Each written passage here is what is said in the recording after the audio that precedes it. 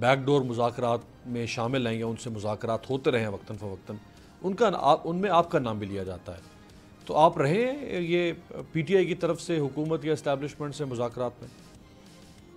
دیکھو کوئی فارمل مذاکرات تو نہیں، بات چیت تو ہماری ہوتی رہتی ہے، بیک گراؤنڈ میں تو چیزیں چلتی رہتی ہے، آپ کو پتہ ہے بڑی بڑی جنگیں بھی ہو، روس اور یوکرین کی جنگ بھی ہو رہی ہے، پھر بیک گراؤنڈ میں بھی چیز چل رہی ہوتی ہے، بالکل چل رہی ہوتی ہے چیزیں، لیکن ہمارا ابھی تک کوئی بریک تھرو نہیں ہے۔ رائٹ، بہت بہت شکریہ اسد قیصر صاحب، سابق اسپیکر پاکستان تحریک انصاف کے مرکزی سینئر رہنما ہمارے ساتھ موجود تھے۔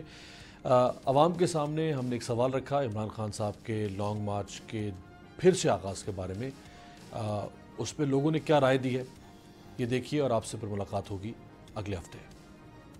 عمران خان کا فیصلہ بالکل درست ہے، کیونکہ یہ ہمارے ملک کے لیے کہ آزاد کرنے کے لیے لانگ مارچ کرتا ہے اور اس کو چوروں کو نکالنے کی کوشش کر رہا ہے۔ انشاءاللہ ہم اس کے ساتھ ہیں، اور اس نے جو فیصلہ کیا ہے اتنی مشکل کے باوجود بھی وہ ثابت قدم رہا ہے۔ ملک کا قوم کا عزت کا سوال ہے اور ہم اس کے پاس کھڑیں گے، جی ضرور کھڑیں گے۔ وہ چوروں کے خلاف نکلے، انشاءاللہ ہم سارے نوجوان اس کے ساتھ کھڑیں گے، انشاءاللہ لانگ مارچ کرے گا۔ یہ عمران خان جو ہے یہ ہماری اپنی آزادی کے لیے اس نے گولی کھائی ہے، وہ اپنے لیے نہیں چل رہا، اس نے اپنی زندگی ہمارے لیے وقف کر دی، اپنے بچوں کو چھوڑ دیا، اپنی فیملی کو۔ گولیاں تک لگ گئی، جان ان کی لینے تک پہنچ گئے لوگ، آخر وہ بندہ کچھ ہے اس میں تو تبھی وہ کر رہا ہے، عوام کو ان کا ساتھ دینا چاہیے ضرور، انشاءاللہ ہم بھی شریک ہوں گے۔ انشاءاللہ عوام نکلے گی اس امپورٹڈ حکومت کے خلاف، تو اس حکومت کا تختہ عمران خان الٹیں گے۔ خان صاحب کے کال دینے کے بعد ظاہر ہے اب اسلام آباد انتظامیہ کی ایک دفعہ پھر کامپیں ٹانگی ہیں، ایف سی اور سندھ پولیس کو دوبارہ جو ہے وہ بلا لیا گیا ہے۔ وہ زخمی حالت میں بھی دیکھیں اپنے ملک کے لیے، اپنے ملک کی نوجوان قوم کے لیے لڑے، ٹھیک ہے، ہم اس چیز کو بڑا اپریشیٹ کرتے ہیں اور ہم انشاءاللہ خان صاحب کے ساتھ۔